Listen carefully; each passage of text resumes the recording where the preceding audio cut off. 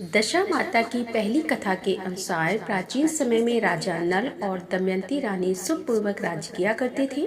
उनके दो पुत्र थे। उनके राज्य में सारी प्रजा सुखी और संपन्न रहती थी। एक दिन की बात है कि उस दिन होली दशा थी। एक ब्राह्मणी राजा के महल में आई और राजा से कहने लगी कि दशा माता का डोरा ले लो।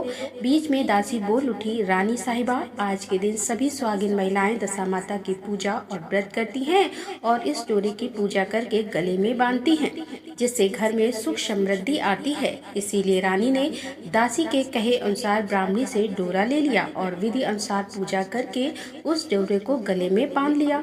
कुछ दिनों के बाद राजा नल ने रानी दमयंती के गले में डोरा बंधा हुआ देखा तो रानी से पूछा, रानी साहिबा, इतने सोने के गहने पहनने के बाद भी आपने यह धागा गले में क्यों पहना हुआ है? रानी कुछ कहती इससे पहले ही राजा ने गुस्से में आकर उस डोरे को तोड़कर जमीन पर फेंक दिया। रानी ने उस डोरे को जमीन से उठा लिया और राजा से कहने लगी, महाराज, यह तो दशा माता का डोरा था।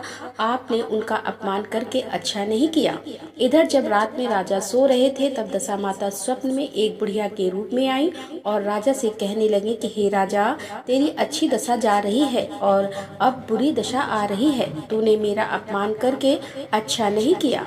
ऐसा कहकर दशा माता स्वप्न में ही अंतर्ध्यान हो गई। अब जैसे जैसे दिन बीतते गए वैसे कुछ दिनों में राजा के सारे ठाट बाट, हाथी, घोड़े, लाख, लश्कर, धन धान्य, सुख शांति सब कुछ नष्ट होने लगे। यहाँ तक कि अब भूखों मरने का समय आ गया। एक दिन राजा ने रानी दमयंती से कहा, तुम अपने दोनों बच्चों को लेकर अपने मायके चली जाओ। रानी ने कहा, महाराज, मैं तो आपको छोड़कर कहीं नहीं जाऊंगी। जिस तरह आप रहेंगे उसी तरह मैं भी आपके साथ रहूंगी। तब राजा ने कहा, अपने देश को छोड़कर चलो, दूसरे देश में चलते हैं। वहाँ पर जो भी काम मिल जाएगा वही काम कर लेंगे। इस प्रकार राजा और रानी देश छोड़कर चल दिए। चलते चलते रास्ते में भील राजा का महल दिखाई दिया। वहाँ राजा ने अपने दोनों बच्चों को अमानत के तौर पर छोड़ दिया। आगे बढ़े तो रास्ते में राजा के मित्र का गाँव आया। राजा ने रानी से कहा कि चलो हमारे मित्र के घर चलते हैं। मित्र के घर पहुँचने पर उनका खूब आदर सत्कार हुआ और उन्हें तरह तरह के पकवान बनाकर भोजन कराया गया। मित्र ने अपने शयन कक्ष में दोनों को सुलाया। उसी कमरे में मोर की आकृति की खूंटी पर मित्र की पत्नी का एक हीरो जड़ा कीमती हार टंगा हुआ था।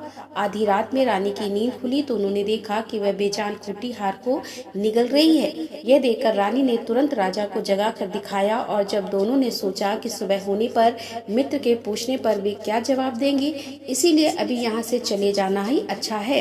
यह सोचकर राजा और रानी दोनों मध्यरात्रि को ही अपने मित्र के यहाँ से कहीं और के लिए चल दिए। सुबह होने पर मित्र की पति ने खूंटी पर अपना हार देखा तो वहाँ पर हार नहीं था। तब उसने अपने पति को बुलाकर कहा कि तुम्हारे मित्र कैसे हैं जो मेरा हार चुराकर रात में ही भाग गए। मित्र ने अपनी पत्नी को समझाया कि मेरा मित्र बिल्कुल भी ऐसा नहीं कर सकता, थोड़ा धीरज रखो, उसे चोर मत कहो। इधर आगे चलने पर राजा नल की बहन का गाँव रास्ते में पड़ा।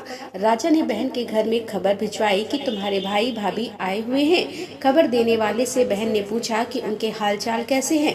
तब वह बोला कि दोनों अकेले हैं और पैदल ही आए हैं और बहुत दुखी हाल में हैं। इतनी बात सुनकर बहन थाली में प्याज और रोटी रखकर भैया भाभी से मिलने के लिए आई। राजा ने तो अपने हिस्से का खा लिया किंतु रानी ने उसे जमीन में गाड़ दिया। अब वे आगे बढ़े तो चलते चलते रास्ते में एक नदी पड़ी।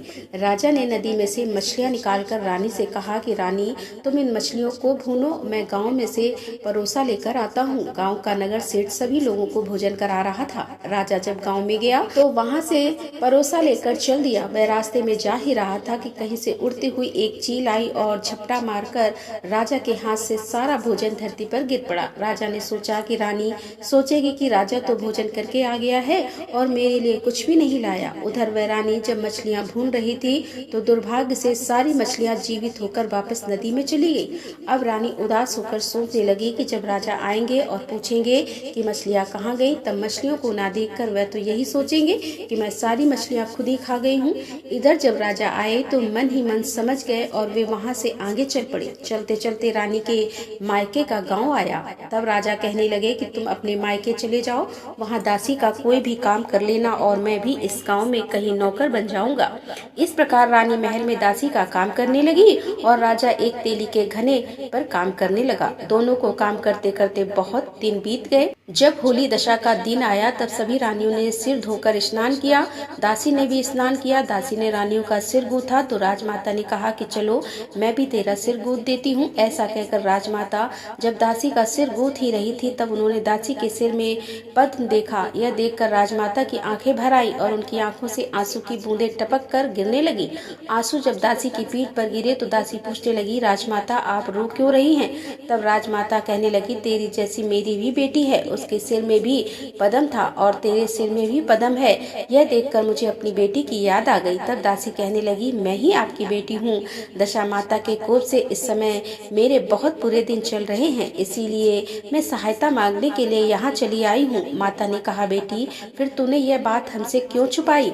दासी बनी रानी कहने लगी, माँ अगर मैं सब कुछ बता देती तो मेरे बुरे दिन नहीं कटते। आज मैं दशा माता का व्रत करूंगी और उनसे गलती की क्षमा याचना करूंगी। अब तो राजमाता ने अपनी बेटी से पूछा, अच्छा यह तो बताओ हमारे जमाई राजा कहाँ हैं? तब बेटी बोली, वह भी इसी गांव में किसी तेली के घर में काम कर रहे हैं। जब गांव में उनकी खोज कराई गई तो राजा मिल गए और फिर उन्होंने महल में बुलवाया गया। जमाई राजा को स्नान कराया, नए वस्त्र पहनाए और पकवान बनाकर उन्हें पेट भर भोजन कराया गया। तब दशा माता के आशीर्वाद से राजा नल और दमयंती के अच्छे दिन लौट आए। कुछ दिन वहीं गुजारने के बाद दोनों ने अब अपने राज्य को जाने की बात कही। तब दमयंती के पिता ने खूब सारा धन, लाभ, लश्कर, हाथी घोड़े आदि देकर बेटी दामाद को विदा कर दिया। रास्ते में वही जगह आई जहां रानी ने मछलियों को भूना था और राजा के हाथ से चील के झपट्टा मारने से सारा भोजन धरती पर गिर पड़ा था। तब राजा ने कहा कि रानी, तुमने सोचा होगा कि मैंने अकेले भोजन कर लिया होगा, लेकिन चील झपट्टा मार कर गिरा दिया था। तब रानी कहने लगी, महाराज जी आपने भी सोचा होगा कि मैंने मछलियाँ भूनकर सारी अकेले ही खा ली होंगी, लेकिन वो तो जिंदा होकर वापस नदी में चली गई थी। चलते चलते अब राजा की बहन का गांव आया। राजा ने बहन के यहाँ खबर भेजी। खबर देने वाले से पूछा कि उनके हालचाल कैसे हैं। उसने बताया कि वे तो बहुत अच्छी दशा में हैं, उनके साथ हाथी, घोड़े, लाभ, लश्कर। यह सुनकर राजा की बहन मोतियों की थाल सजा कर लाई। तभी रानी दमयंती ने धरती माता से प्रार्थना की और कहने लगी कि माँ आज मेरी अमानत मुझे वापस दे दो। यह कहकर उस जगह को खोदा जहाँ पर उसने रोटी और प्याज काट दिया था। खोदने पर रोटी तो सोने की और प्याज चांदी का हो गया। यह दोनों चीजें बहन की थाली में डाल दी और आगे चलने की तैयारी करने लगी। वहां से चलकर राजा अपने मित्र के घर पहुंचे। मित्र ने उनका पहले के समान ही खूब आदर सत्कार और सम्मान किया। रात में विश्राम करने के लिए उन्हें उसी शयन कक्ष में सुलाया गया। मोरनी वाली खूंटी के हार निकल जाने के बाद में उन्हें नींद नहीं आई। वे दोनों जाग ही रहे थे, तभी आधी रात के समय वही मोरनी वाली खूंटी हार उगलने लगी। तो राजा ने अपने मित्र को जगाया और रानी ने मित्र की पत्नी को जगा कर दिखाया कि आपका हार तो इस खूंटी ने निगल लिया था और आपने सोचा कि हमने चुरा लिया है।